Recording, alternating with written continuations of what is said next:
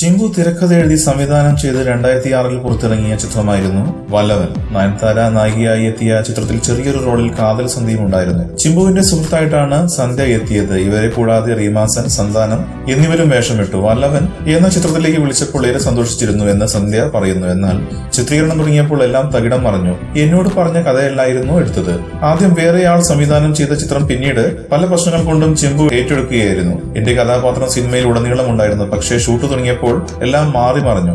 എന്റെയും ചിമ്പുവിന്റെ സൗഹൃദമായിരുന്നു വല്ലവന്റെ പ്രധാന കഥ. പക്ഷേ ഷൂട്ടിംഗ് സമയത്ത് ഈ സൗഹൃദം ഒന്നുമല്ലാതെയായി. എന്നെ വെറും ഒരു സൈഡ് ഗേളായി നിർത്തി, പേരിനൊരു കഥാപാത്രം മാത്രം. ചിമ്പു ഒരു നല്ല മനുഷ്യനാണ്. പക്ഷേ വല്ലവന്റെ സമയത്ത് എനിക്ക് തന്ന വാക്കുകളെല്ലാം അദ്ദേഹം തെറ്റിച്ചു. ഒരു സംവിധായകൻ എന്ന നിലയിൽ അദ്ദേഹം എന്നോട് പറഞ്ഞതായിരുന്നില്ല സിനിമ റിലീസായപ്പോൾ ഞാൻ കണ്ടത്. ഞാൻ കേട്ട കഥയല്ലായിരുന്നു അത്. വേറെ എന്തോ സിനിമയിൽ അഭിനയിച്ചതുപോലെയാണ് തോന്നിയത്. എനിക്കത് വല്ലാതെ വിഷമമായി. അക്കാര്യം എല്ലാവരോടും തുറന്നു പറയുകയും ചെയ്തിട്ടുണ്ട്. കരിയറിൽ തിളങ്ങി നിൽക്കുന്ന സമയത്താണ് ഞാൻ വല്ലവൻ ചെയ്തത്. ആ സാഹചര്യത്തിൽ എന്തിനാണ് അത്തരമൊരു ചിത്രം ചെയ്തത് എന്ന് പലരും ചോദിച്ചിരുന്നു. ഇപ്പോൾ അതൊക്കെ ആലോചിക്കുമ്പോൾ തമാശ തോന്നുന്നു. കാതൽ സന്ധ്യ പറയുന്നു.